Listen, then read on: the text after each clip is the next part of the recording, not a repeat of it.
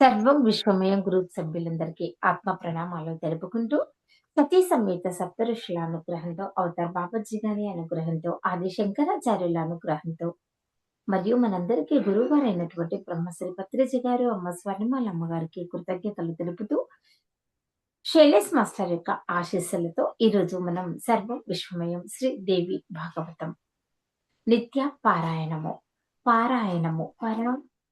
పారాయణము అంటే అంతిమ లక్ష్యాన్ని చేరుకోవడం. అలాంటి శ్రీదేవి భాగవతము షష్ఠ స్కందము నిత్య పారాయణమును మనకు వినిపించడానికి వస్తున్నటువంటి వారు రాధా మేడం గారు. రాధా మేడం, మీకు సర్వం విశ్వమయం గ్రూప్ తరపున స్వాగతం, సుస్వాగతం. శ్రీమాత్రే నమః. శ్రీమాత్రే నమః. Thank you Rama madam. సర్వం విశ్వమయం గ్రూప్ సభ్యులకు, యూట్యూబ్ ప్రేక్షకులకు అందరికీ ఆత్మ ప్రణామాలు. ఓం శుక్లాంబరధరం విష్ణుం శశివర్ణం చతుర్భుజం ప్రసన్నవదనం ధ్యాయేత్ సర్వ విఘ్నోపశాంతయే. గురు బ్రహ్మ గురు విష్ణు గురుదేవో మహేశ్వర గురు సాక్షాత్ పరబ్రహ్మ తస్మై శ్రీ గురవే నమః. వాగర్ధావివ సంపృక్తౌ వాగర్ధా ప్రతిపత్తయే జగత పితరౌ వందే పార్వతీ పరమేశ్వరో. వందే పార్వతీ పరమేశ్వరో. శృతి స్మృతి పురాణామాలయాం కరుణాలయాం నమామి భగవత్పాదం శంకరం లోకశంకరం. నారాయణ సమారంభం వ్యాస శంకర మధ్యమాం అస్మదాచార్య పర్యంతం వందే గురు పరంపరం. కేయూరాని భూషయంతి పురుషం హారాన చంద్రోజ్వలా న స్నానం న విలేపనం న కుసుమం నాలంకృతామూర్ధజా వాణ్యేకాసమలం కరోతి పురుషం యా సంస్కృతా ధార్యతే. క్షీయంతి ఖలు భూషణాని సతతం వాగ్భూషణం భూషణం. యదక్షర పదభ్రష్టం మాత్రాహీనం చ యద్భవేత్ తత్సర్వం క్షమ్యతాం దేవం నారాయణీ నమోస్తుతే. కాయేన వాచా మనసేంద్రియార్వే బుద్ధ్యాత్మనా వా ప్రకృతి స్వభావత్ కరోమి యత్ సకలం పరస్మై నారాయణాయేతి సమర్పయామి. శ్రీమన్నారాయణాయేతి సమర్పయామి. శ్రీదేవి భాగవతము షష్ఠ స్కంధము. శ్రీమాత్రే నమః. శ్రీమాత్రే నమః. శ్రీమాత్రే నమః. నిన్నటి పారాయణలో వ్యాసుడు జ్ఞానాన్ని ప్రబోధించాడు. జనమేజయ మహారాజు అడిగినాడు. ఏమని అడిగాడంటే, అంతటి విద్వాంసులకు, అంతటి తపస్సులకు కూడా ఇలాంటి శాపనర్థాలు ఒక సామాన్య రాజు పెట్టాడంటే ఎందుకు అంటే దానికి కారణము మనసే, అరిషడ్ వర్గాలే అనేసి చెప్పి హితబోధన చేశాడు. జ్ఞానబోధన చేసిన తర్వాత ఆయన నోటి నుంచి ఇక్కడ హయాహయుల ప్రస్తావన వచ్చింది. ఆ హయాహయులు ఎవరు, వాళ్ళ గురించి, వాళ్ళ వంశం ఏంటి, వాళ్ళు భార్గవులను అంటే బ్రాహ్మణులను శపించారు, అంటే బ్రాహ్మణులను సర్వనాశనం చేయాల్సి వచ్చింది ఒక సమయంలో. అయితే అది ఎందుకు జరిగింది, ఆ బ్రహ్మహత్య మహాపాతకాన్ని ఎందుకు మూటగట్టుకున్నారనే ప్రశ్నను జనమేజయ మహారాజు లేవనెత్తాడు. అప్పుడు వ్యాసుల వారు ఏం చెప్పారో ఈ రోజు తరగతిలో తెలుసుకుందాము. జనమేజయ మహారాజా, ఇదొక పురాతన కథ, నిజమైన ఆశ్చర్యకరమైన క్షత్రియ గాథ. క్షత్రియ అంటే రాజుల కథ. హయాహయ వంశములో, హయాహయ వంశము అంటే ఇక్కడ ప్రాచీన వంశం అన్నమాట. అది యదు వంశము, యాదవ వంశం అన్నమాట. ఆ వంశంలో మనకు కార్తవీర్యుడు అనే ఒక మహారాజు ఉన్నాడు. ఇది చంద్రవంశము. మనము నిన్నటి వరకు సూర్యవంశము, ఇక్ష్వాకుల వంశం గురించి తెలుసుకున్నాము. ఈ రోజు మనము చంద్రవంశం గురించి తెలుసుకుంటున్నాము. అయితే ఇక్కడ కార్తవీర్యుడు అనే మహారాజు ఉన్నాడు. అతను 1000 బాహువులతోటి ఉండేవాడు, అంటే 1000 చేతులతోటి ఉండేవాడు. మహాశౌర్య సంపన్నుడు. అతనిని కార్తవీర్యార్జున అని కూడా అంటారు. అతడు ధర్మ తత్పరుడు. సాక్షాత్తు ఆ విష్ణుమూర్తి శ్రీమన్నారాయణుని అవతారమైన దత్తాత్రేయుడికి అతడు శిష్యుడు. సర్వదాప్రదుడు, సమర్థుడు, సిద్ధుడు. ఆ తర్వాత ఇతడికి ఎవరున్నారంటే పురోహితుల్లాగా బ్రాహ్మణులు ఉన్నారు, వాళ్ళనే భార్గవులు అని కూడా అంటారు. అయితే వారి మార్గదర్శకత్వంలో, ఈ బ్రాహ్మణులు పురోహితుల దర్శకత్వంలో నిరంతరము దానాలు భక్తితోటి ఇతను భూమిని దక్షిణగా ఎవరికి బ్రాహ్మణులకిచ్చి అనేక యజ్ఞాలను జరిపించాడు ఆ కాలంలో. అయితే ఆ యజ్ఞ నిర్వహణలో భాగంగానే సంభావనలు పారితోషికాలు వాళ్ళు బ్రాహ్మణులకు ఇవ్వాల్సి వస్తది కదా, అవన్నీ ఆయన చాలా ఘనంగా ఇవ్వడం జరిగింది. ధనాన్ని, ధాన్యాన్ని, భూమిని, గోవులను, బంగారాన్ని, సువర్ణ రాశులతో భార్గవులు అంటే బ్రాహ్మణులందరినీ ఈయన చాలా సంపన్నులు చేశాడన్నమాట. అందరికీ చాలాగా దాన ధర్మాలు ఎక్కువ చేశాడు కార్తవీర్యార్జునుడు. అయితే ఇంకా ఏమిచ్చాడు, ఏనుగులు, గుర్రాలు, రత్నాలు, మణులు, మాణిక్యాలు కూడా ఆయన కాలంలో పుష్కలంగా ఉన్నాయంట. అయితే ఈ కార్తవీర్యార్జునుడు తనువును చాలించిన తర్వాత, ఆయన అంతమొందిన తర్వాత, స్వర్గస్థుడైన తర్వాత చాలా కాలం వరకు ఈ హయాయ వంశంలో అందరూ ధనం లేని వాళ్ళు అయ్యారు. అంటే కార్తవీర్యార్జున వంశ పారంపర్య ఎలా ఉంది అంటే, ఆయన బ్రాహ్మణులకు చాలా సద్భావనలు ఇచ్చేసి గొప్పగా దాన ధర్మాలు, భూమిని, ధన కనక వాహనము, వస్తువాహనం అన్నట్టు ఈ ఏనుగులు, గుర్రాలు అంత సంపదనంతా ఇచ్చాడు. ఇచ్చి ఆయన స్వర్గస్థుడైన తర్వాత ఆయన వంశీయులు ఎవరైతే ఉన్నారో వాళ్ళు మొత్తం ఎలా అయిపోయారంటే, రాను రాను వాళ్ళందరూ ధనం లేకుండా నిర్ధనులుగా ఉండిపోయారు. అయితే ఒక సమయం ఎలా వచ్చింది అంటే, వాళ్ళకి ఆ వంశం వాళ్ళందరికీ ధనం అవసరం ఏర్పడింది. ఎక్కువ సొమ్మే కావాల్సి వచ్చిందన్నమాట. మొత్తం ధనం లేకుండా అయిపోయారు వాళ్ళు. ఆ సమయంలో వీళ్ళు ఏం చేశారంటే, ఈ క్షత్రియుల దగ్గరికి వచ్చారు. ఎవరు? ఈ రాజుల దగ్గర. వీళ్ళు వాళ్ళు ఎంతటి గొప్ప వంశస్థులు, కార్తవీర్యార్జున వంశంలో ఉన్న ఇంత గొప్ప రాజులు క్షత్రియులు. వీళ్ళు వాళ్ళ అహాన్ని చంపుకొని, వాళ్ళ అహంకారాన్ని చంపుకొని, వాళ్ళకి ఇప్పుడు ధనం అవసరమైంది కాబట్టి వాళ్ళు స్వయంగా అక్కడ ఎవరైతే భార్గవులు ఉన్నారో, బ్రాహ్మణులు ఉన్నారో వాళ్ళ దగ్గర ఎక్కువ సంపద ఉంది కాబట్టి వాళ్ళను ఆ సంపదను అడగడానికి వాళ్ళు వచ్చారు, యాచించారు, అడిగారు మాట. ఏ మొహమాటం లేకుండా వీళ్ళు బ్రాహ్మణులు ఎవరైతే ఉన్నారో పరమ లోభులై, అంటే అత్యంత దురాశ పరులై ఆ భార్గవులు కూడా ఏం చేశారు, లేదు పో అని చెప్పారు.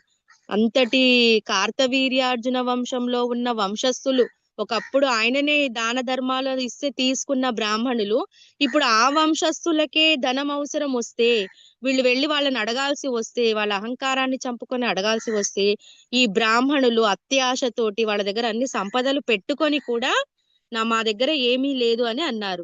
అయితే ఈ హయాహీలు ఎవరైతే ఉన్నారో వీళ్ళందరూ బలవంతంగానైనా లాక్కుంటారేమో అనేసి భయపడి, వీళ్ళు రాజులు కాబట్టి, వంశీయులు కాబట్టి వీళ్ళ దగ్గర ఇప్పుడు ధనం లేదు కాబట్టి బ్రాహ్మణుల దగ్గర ఎక్కడ వీళ్ళందరి దగ్గర దోచుకుంటారో ఏమో, యుద్ధమే చేస్తారేమో అనేసి బ్రాహ్మణులందరూ భయపడి వాళ్ళ ధనరాశులను, వాళ్ళ దగ్గర ఉన్న అధిక మొత్తములో బంగారము, ధనము ఏదైతే ఉంటుందో వాటిని బ్రాహ్మణులు భూమిలో పాతి పెట్టారు చాలా మంది. మరికొందరు బంధుమిత్రుల దగ్గర దాచిపెట్టారు.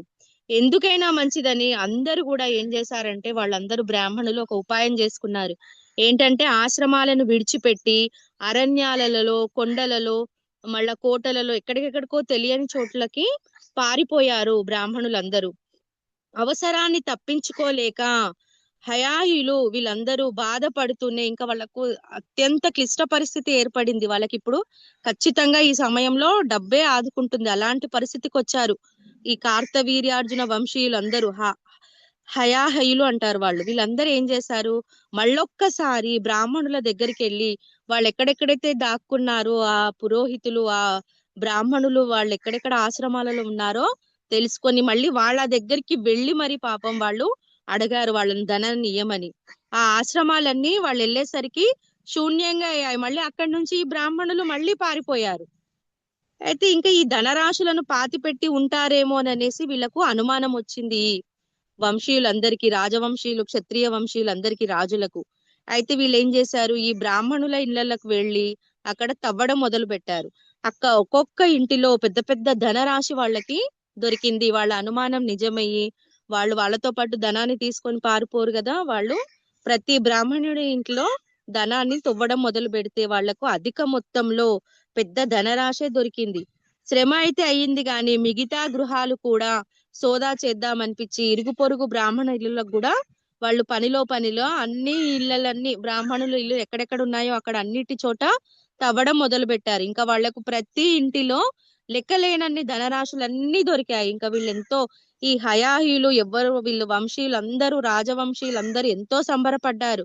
కానీ బ్రాహ్మణులందరూ లబోదిబో అంటూ వచ్చి కాళ్ళ మీద పడ్డారు. ఎందుకంటే వీళ్ళు వచ్చి అడిగినప్పుడు లేదని చెప్పారు కాబట్టి వీళ్ళకి భయం వేసింది. ఈ రాజవంశీయులందరూ వాళ్ళ ఇళ్లలో దాచుకున్న ధనాన్ని తీసుకున్నారనేసి తెలుసుకొని మళ్ళీ ఈ బ్రాహ్మణులందరూ చంపేస్తారేమో అన్న భయంతో వచ్చి ఈ క్షత్రియుల వంశస్థుల మీద అందరి మీద వచ్చి కాళ్ళ మీద పడ్డారు, శరణు వేడుకున్నారు.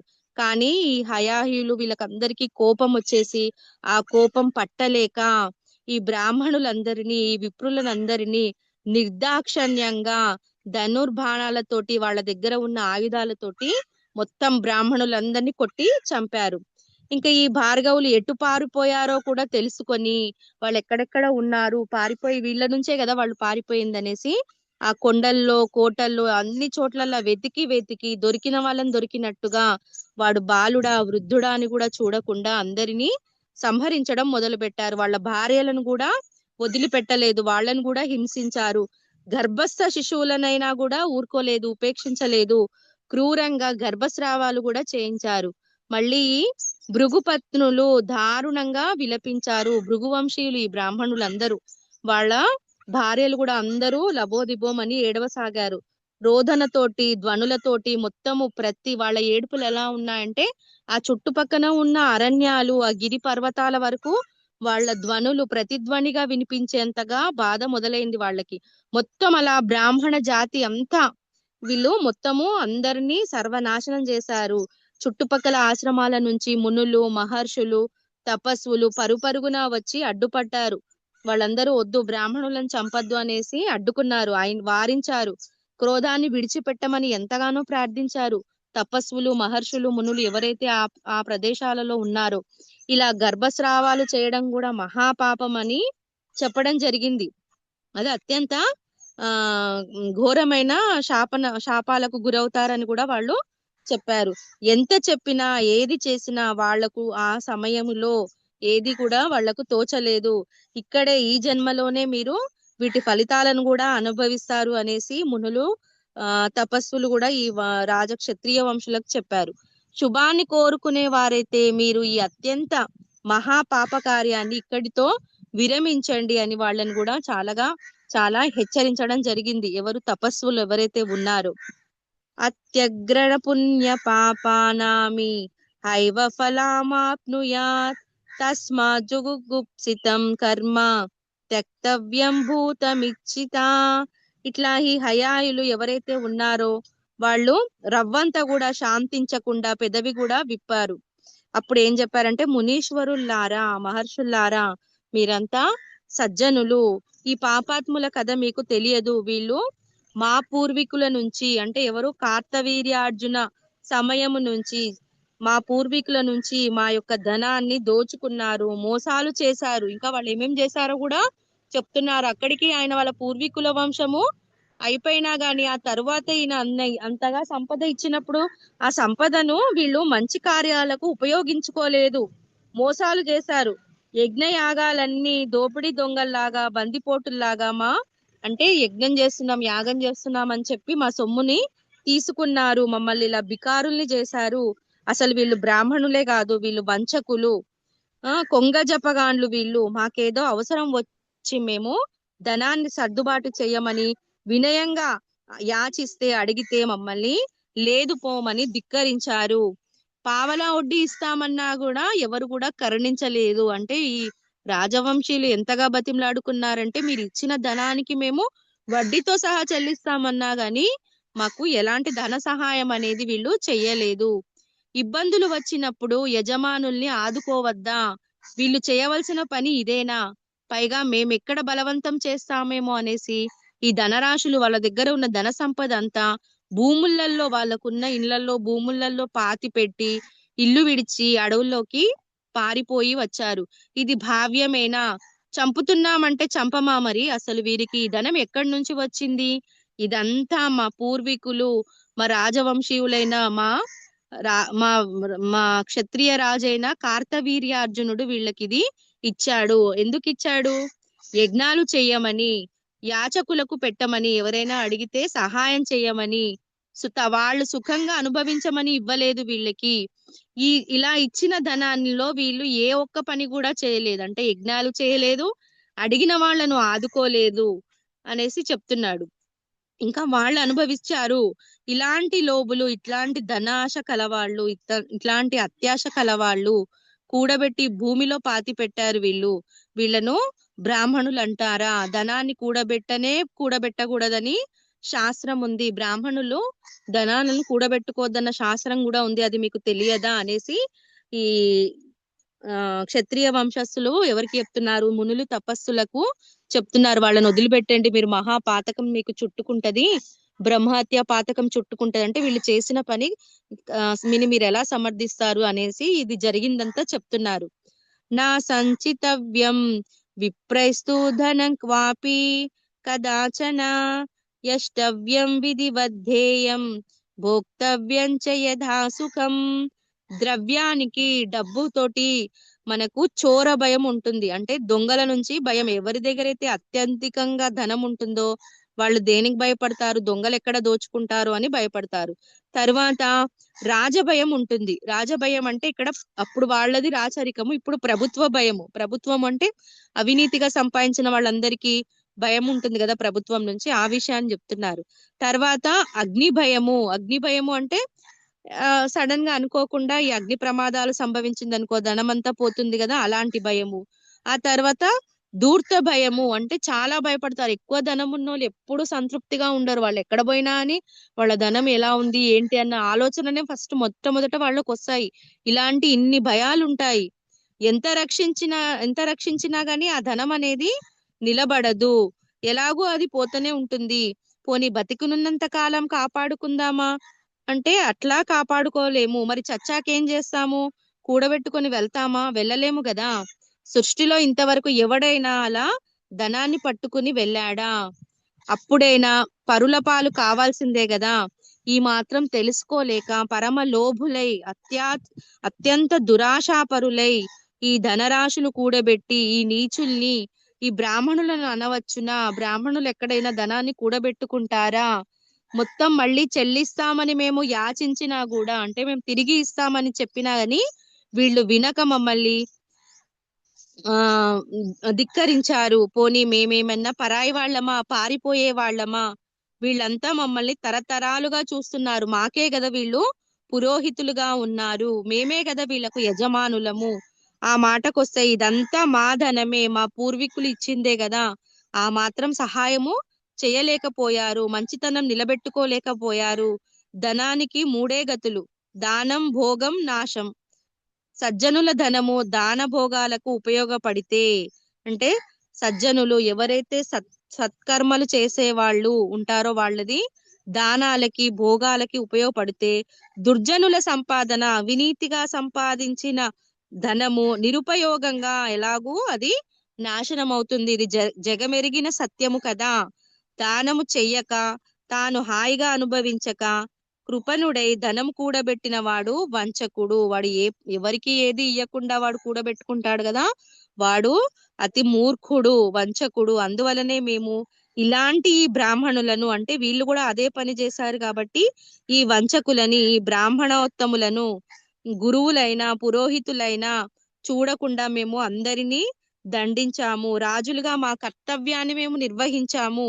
ఇందులో ఏ తప్పు లేదని మా అభిప్రాయము. దయచేసి మీరు ఆలోచించండి. మేము చెప్పిన విషయాన్ని మీరు ఆలోచించండి. దానం భోగస్తధానాశో ధనస్యాగతి వీదృషి దాన భోగాకృతీనాంచ నాశః పాపాత్మనాం కిల న దాతా న చయో భోక్త కృపణో గుప్తి తత్పరః రాజ్ఞాసౌ సర్వధా దండ్యో వంచకో దుఃఖ భాగ్నరః. అంటే ఇప్పుడు వీళ్ళు ఏం చేశారన్న విషయాన్ని చెప్తున్నాడన్నమాట. అయితే ఆ మునీశ్వరులు ఇంకా ఇంతగా చెప్పేసరికి, అంటే వాళ్ళు అనుభవించారు ఈ పురోహితులు వాళ్ళంత ధనం తీసుకొని కూడా ఎలాంటి మంచి కార్యాలు చేయలేదు. కనీసము వాళ్ళు వాళ్ళ క్షత్రియులు రాజులే అడిగినా అని వాళ్లకు తిరిగి ఇస్తా అని చెప్పినా అని ఇవ్వలేదు. వాళ్ళు ధనాన్ని ఇలా దాచిపెట్టి పారిపోయారు కదా. ఇట్లాంటి పనులు చేశారని తెలిసాక ఇంకా ఈ తపస్సు చేసుకున్న చుట్టుపక్కల ఆశ్రమాల వాళ్ళు, మునీశ్వరులు, వీళ్ళందరూ ఒక్క మాట కూడా మాట్లాడకుండా మౌనంగా ఉండిపోయారు. వాళ్ళ ఆవేదనను వింటున్నారు. ఇక భృగుపత్నులను అన్వేషిస్తూ వెళ్ళిపోయారు. అంటే ఇక్కడ భృగు అంటే భృగు మహర్షి సంతానం అన్నమాట ఇక్కడ ఉన్న బ్రాహ్మణులందరూ. అయితే వాళ్ళందరూ ఎక్కడెక్కడ వెళ్ళిపోయారు అని ఈ హయాహయులు, ఈ క్షత్రియ రాజవంశులు వాళ్ళ పత్నులను కూడా అన్వేషిస్తున్నారు. అంటే ఎవరు దొరికినా అని వదిలిపెట్టద్దు, వీళ్ళ సంతతి మొత్తము అందరినీ అంతమొందించాలి. ఇలాంటి కరువు సమయాలలో మమ్మల్ని వీళ్ళు ఆదుకోలేకపోయారు, ప్రాణాలతో వదిలిపెట్టద్దు అనేసి అనుకొని ఆ స్త్రీలను ఎవరైతే ఉన్నారో వాళ్ళందరినీ ఎక్కడికక్కడికి వాళ్ళు గర్భంతో ఉన్నా అని తెలిసినా గాని వాళ్ళు ఎవరిని వదిలిపెట్టాలి. అంటే వాళ్ళ పరిస్థితి అంత దారుణంగా ఉంది. జనమేజయ ఇంకా కథలోనికి వస్తే వ్యాసుడు చెప్తున్నాడు, లోభము, అత్యాశ ఎంతటి ప్రమాదాన్ని తెచ్చి పెడుతుందో గ్రహించావా? మనిషికి ఇది ప్రథమ శత్రువు. ఎవరికైనా ఆశ, దురాశ, అత్యాశ ఇవన్నీ మనకు మొట్టమొదటి శత్రువులు. అరిషడ్ వర్గాలలో ఉన్నది మొదలైన శత్రువు ఇదే. సర్వ దుఃఖాలకు కూడా ఇది మొట్టమొదటిది. ఆదిహేతువు కూడా ఇదే. మాన మర్యాదలకే కాదు ప్రాణాలకు కూడా ఇది ముప్పు తెచ్చి పెట్టింది. వాళ్ళు రాజులు, వాళ్ళు అహంకారాన్ని చంపుకొని వచ్చి వాళ్ళు అడిగినప్పుడు ఇవ్వలేనప్పుడు ఇంకా వాళ్ళు ఏం చేయగలుగుతారు? చంపడం తప్ప ఇంకా అంతకు మించింది ఇంకేమీ లేదు కదా. వాళ్ళు ఆ పనే చేశారు కదా. ప్రాణాలకే ఇప్పుడు ముప్పు తెచ్చి పెట్టుకున్నారు ఈ బ్రాహ్మణులందరూ.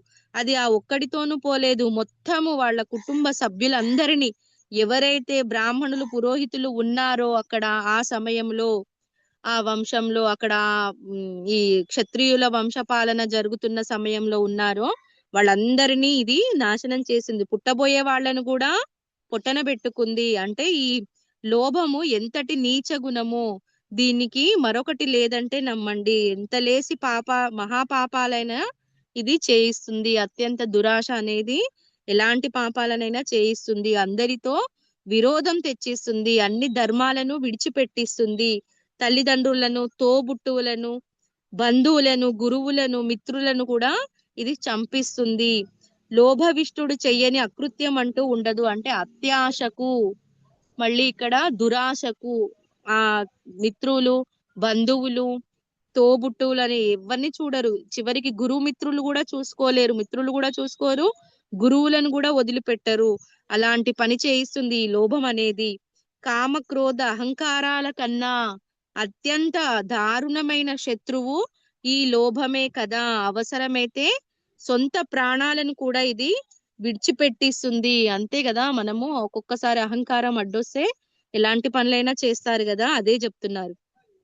దీనితో ఈ పారాయణము ఇక్కడికి సంపూర్ణం. సర్వం శ్రీ జగన్మాత చరణారవిందార్పణమస్తు. స్వస్తి. లోకా సమస్తా సుఖినో భవంతు. సర్వే జనా సుఖినో భవంతు. ఓం శాంతి శాంతి శాంతి. శ్రీమాత్రే నమః. శ్రీమాత్రే నమః. చాలా బాగుంది మ్యామ్. లోభం వలన కలిగేటటువంటి నష్టాలు అంటే ఏ విధంగా ఎన్ని రకాలుగా నష్టపోతామో, బంధుత్వంలో, స్నేహంలో, అయిన వారిలో, తోడబుట్టిన వారిలో, ప్రతి ఒక్కరిలో ఏ విధంగా నష్టపోతామో అనేది చాలా బాగుంది. అవును మేడం. అంతే. అంటే డబ్బున్నప్పుడు మనము ఆ! ఇతరులను కూడా ఆదుకోవాలి. అవును. అవును. అంటే మీరన్నది నిజం. ఇప్పుడు ప్రస్తుతం ఉన్నటువంటి ఈ భౌతిక జగత్తులో డబ్బుకే ఉమ్ ప్రాధాన్యత ఉంది గానీ, మానవతా విలువలకు లేదు కదా! అదే అదే.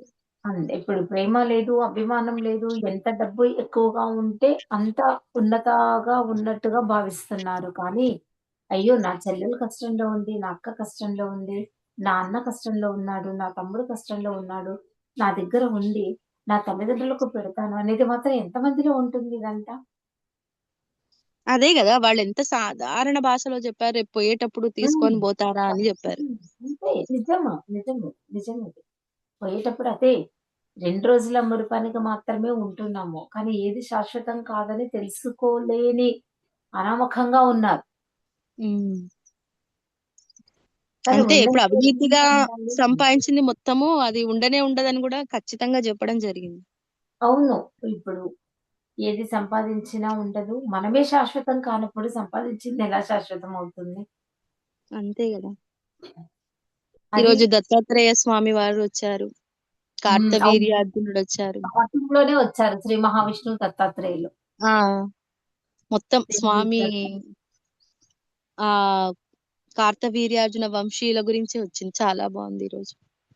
చాలా చాలా బావుంది. నేననుకున్నాను వినేటప్పుడు దత్తాత్రేయులు.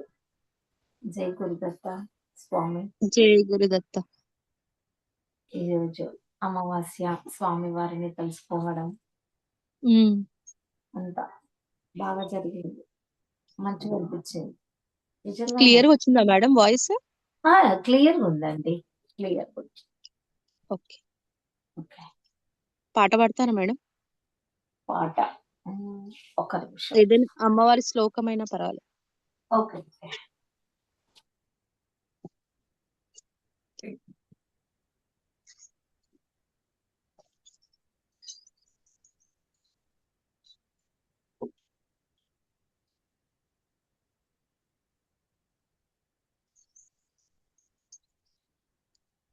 ఇక్కడ అమ్మవార్లది మనం అప్పుడు చూసుకున్నట్టుగా 9 అంటే ఉమ్. అమ్మవారి యొక్క దశమహావిద్యా దేవి స్తుతి అని కాళి, తార అయిపోయింది. షోడశి ఉమ్. కూడా అయిపోయింది. భువనేషి ఉమ్. అమ్మవారు. ఉమ్. రేపటి నాలుగవది నుంచి భువనేషి. చామల నవరాత్రులు ఉన్నాయండి. ఆ! ఆ! 19వ తారీఖు నుండి ఉన్నాయి గదా! ఉమ్. ఉమ్. హ్మ్. 19 నుండి 28 వరకా ఏమో అనుకుంటాను. ఆ 29, చెప్పండి. 28 అనుకుంటాను. ఏదైనా అమ్మవారి కదా, చెప్పండి చెప్పండి. అంతే. అంతే. భువనేషి. శ్రీమాత్రే నమః. अष्टैश्वर्यप्रधा माता षोडशारनिवासिनी आद्यन्त शिवरूपा च कमलालयवासिनी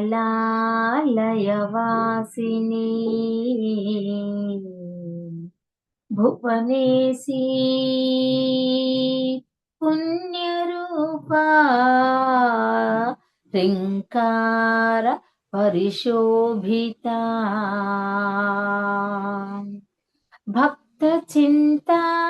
भक्तचिन्तामणिर्देवी श्रितभाग्याब्धिचन्द्रिका बहुरूपा महारूपा महावैभवदायिनी वर्धयेन्म सौभाग्यम् प्रत्यक्षरी सा भुवनेश्वरी प्रत्यक्षरी सा भुवनेश्वरी శ్రీమాత్రే నమః.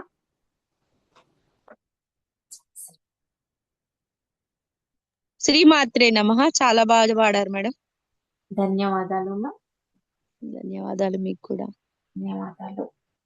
ఆ! చాలా బావుంది సో మ్యామ్. క్లాస్ మాత్రం చాలా బాగా చెప్పారు.